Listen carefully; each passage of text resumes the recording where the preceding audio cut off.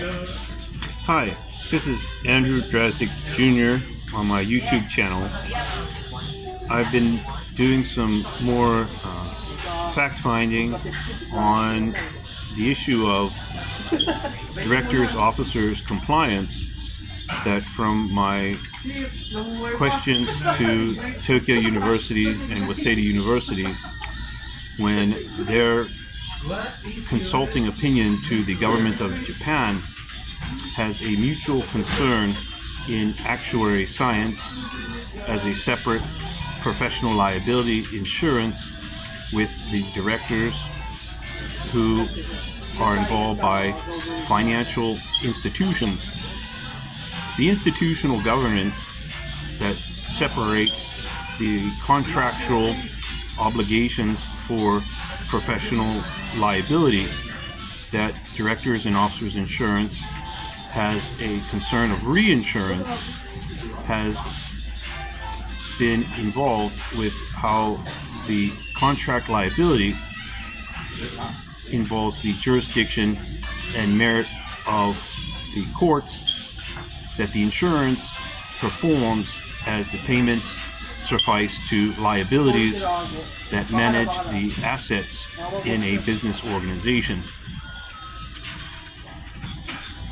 The research I did today was fairly simple. I went on to YouTube and coerced a civic education of the Association of Chartered Certified Accountants that has an office here in the Philippines but is governed by English law.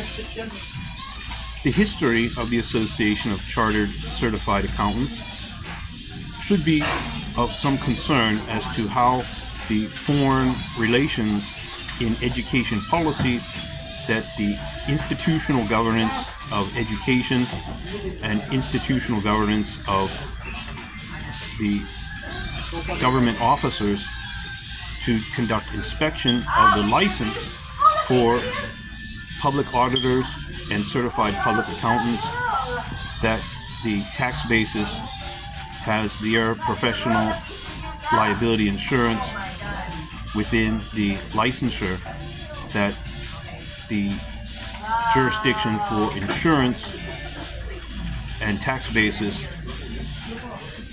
has the recognition for the business organization. I sent a letter in these regards, Chapter 16, Audit and Financial Control, Business and Technology on YouTube, to GMA News Online, 6th of December, 2024. In regards for civic education, that institutional governance liability covers formal education, the biometric use of fingerprints and written lawful name has separate liability with financial institutions. This has been a concern of labor racketeering with institutional government employee contracts. Public auditors and public trust is a jurisdictional institutional governance of judicial ethics. They also have credibility in the proper court, having merit of procedure and evidence within the tier of fact and the scope of work for judicial services and public order tax liability. Criminal activity or conduct has a inspection license that forensic assurances requires professional services depending on the demand within the tier of fact. And I cited the National Audit Office of the Philippines Republic, the National Audit Office of the People's Republic of China, number 17,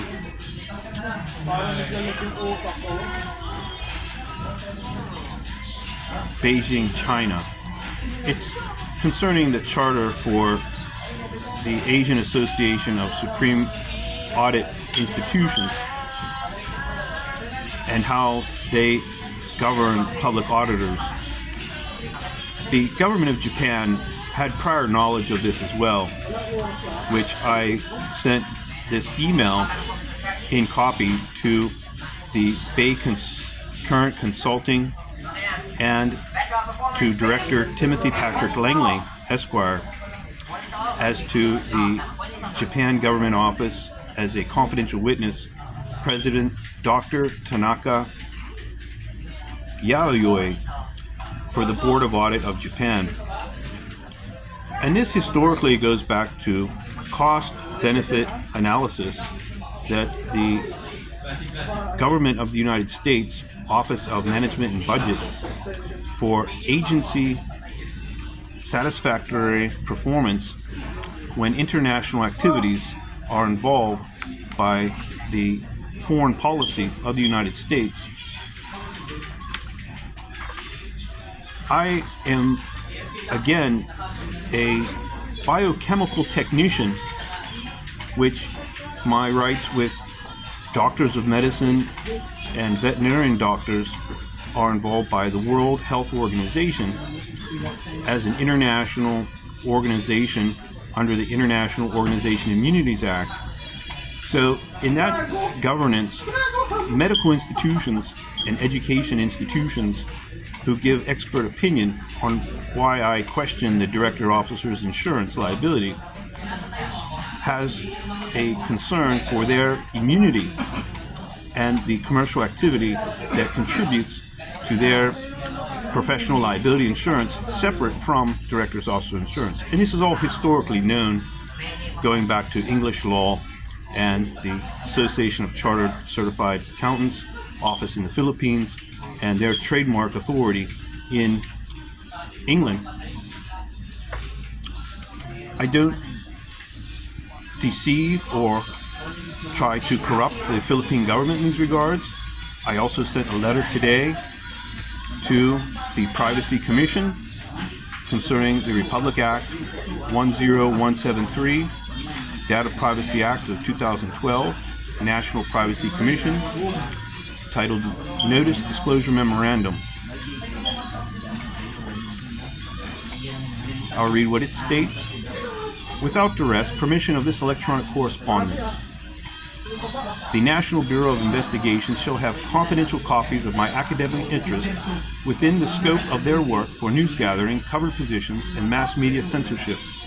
Please reserve the legal right of copyright and academic freedom for the use of educational, institutional governance, and/or test qualification study within the scope of Actuary Science Accord Data Privacy Act of 2012, Section 23. And then it goes on to cite Section 23 within the scope of construction of the Republic Act 10173, titled, in short, Data Privacy Act of 2012,